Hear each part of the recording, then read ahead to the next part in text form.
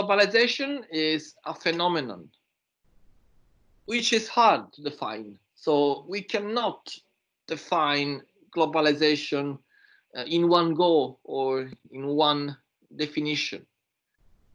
We need to take some different elements that interact together. So the first thing, when you try to explain to other people what globalization can be, is to tell them that globalization is a phenomenon, but it's a phenomenon that interact. In Latin, interact means that they act together. Inter means in between, and act means that they have an action. So various elements that interact each other means that we cannot give a definition of globalization. One definition, a unique definition, is a number of elements that interact each other, that have an action in between each other. These elements are social element, economic element, and cultural element. So globalization is a phenomenon that embraces at least three different dimensions. An economic dimension regarding trade, regarding profit, regarding income, regarding sales. A cultural dimension, which regards nationality, religion, all the national cultures. Social dimension regarding people, regarding workers, people, employees. So globalization is when the world shifts towards a more integrated economy. What does it mean? It means that if I am a person and I am alone, I am single, my life is based on my actions. So only my actions can interact, can affect my life. Another person can be a lady, a girl, who is alone, is single. Again, her life is affected by herself. So me and this other person are divided, are not interacted. So our lives, maybe we can stay together, we can meet together, but our lives are not integrated. Our lives are separated. We can meet, we can have interaction, but it's separated. When I marry this person and she becomes my wife and I become her husband, our lives are not divided, are integrated. It means that everything that that person does affects me, affects my life, affects my my feelings. Not only my feelings, but my life. So we are integrated each other. So globalization is like this. Before globalization and when globalization was not active, all the countries were separated each other. Of course, you can travel between a country and another, you can trade between a country and another, you can do whatever you want, but still they are different countries.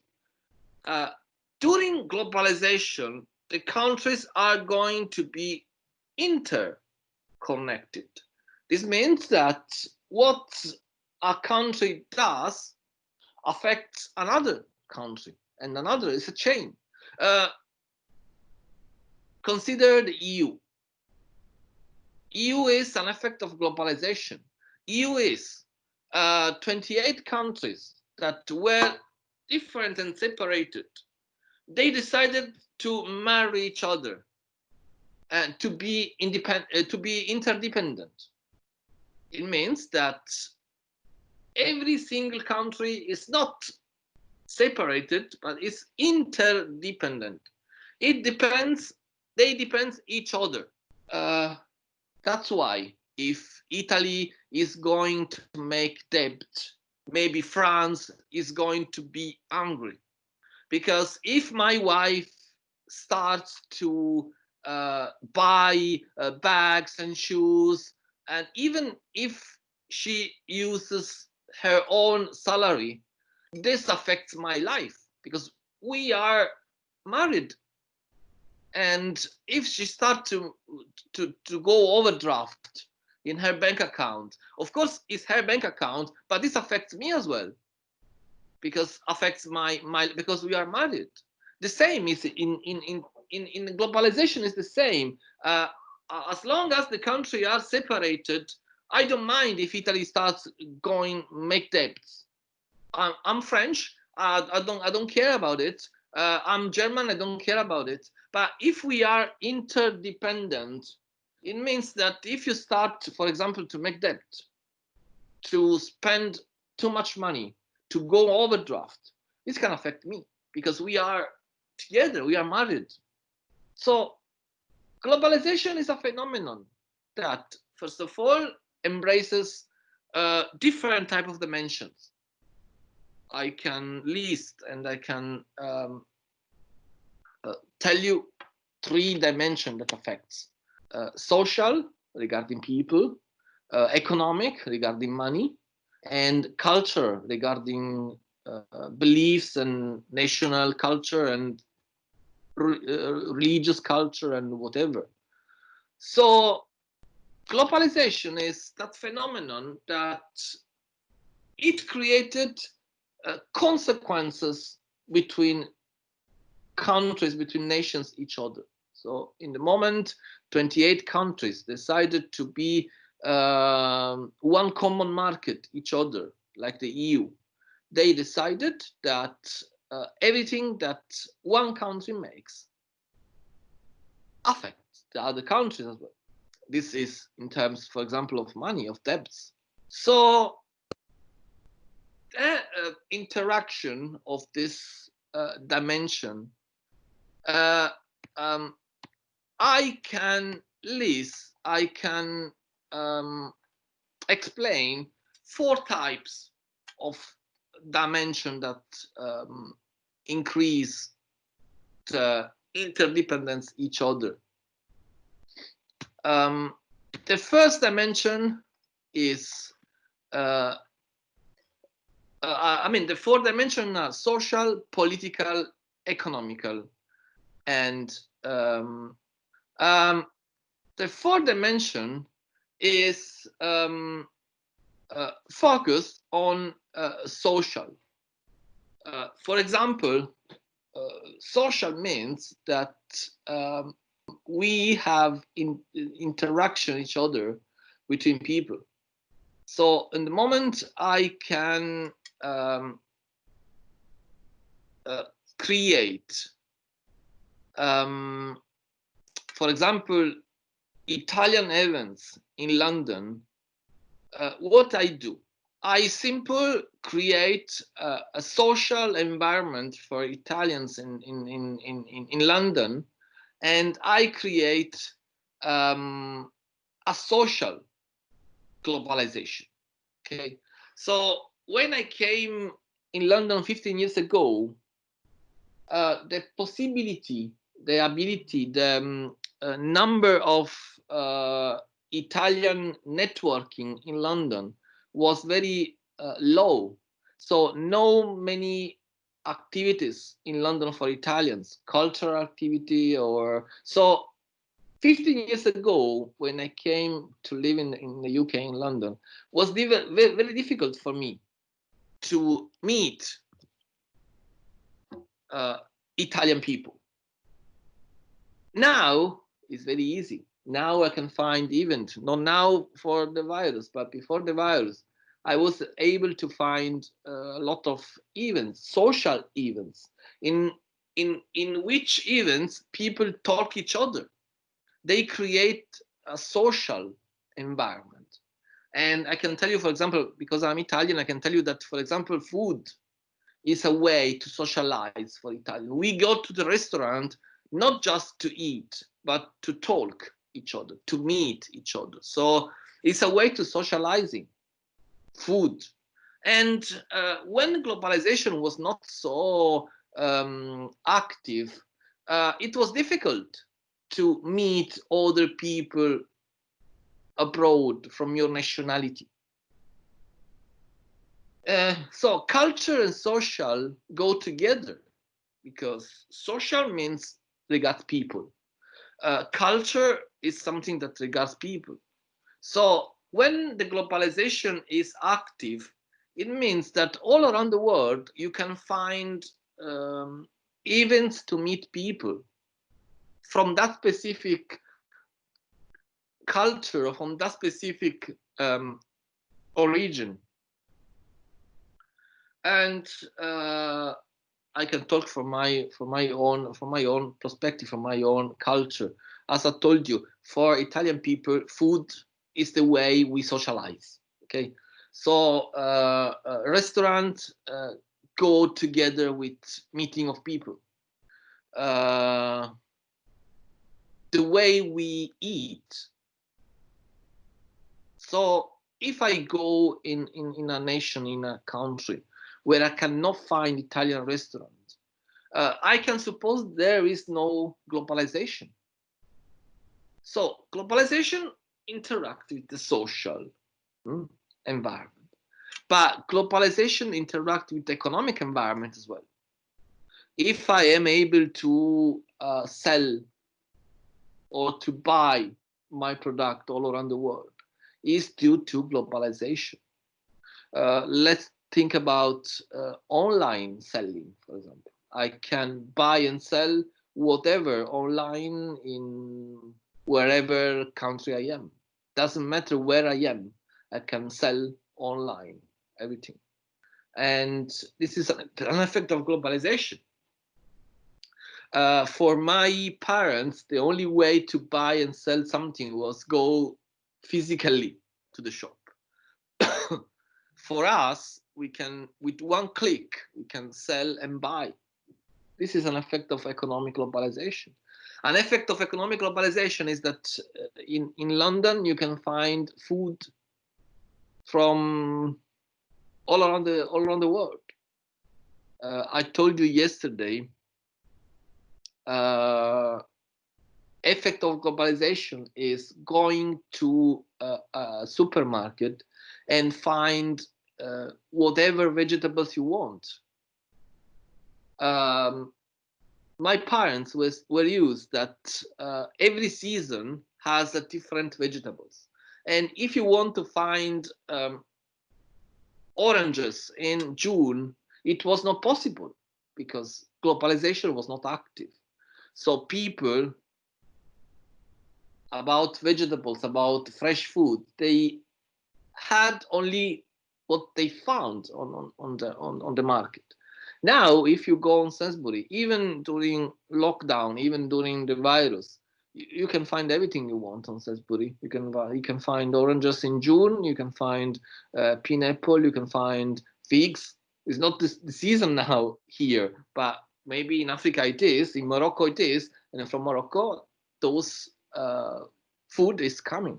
So this is effect of globalization when the world becomes interdependent, and every country becomes interdependent each other. Uh, of course, increasing of technology has helped this. If we have a very big globalization now, is thanks to the internet. Because thanks to the internet we can have this lecture as well.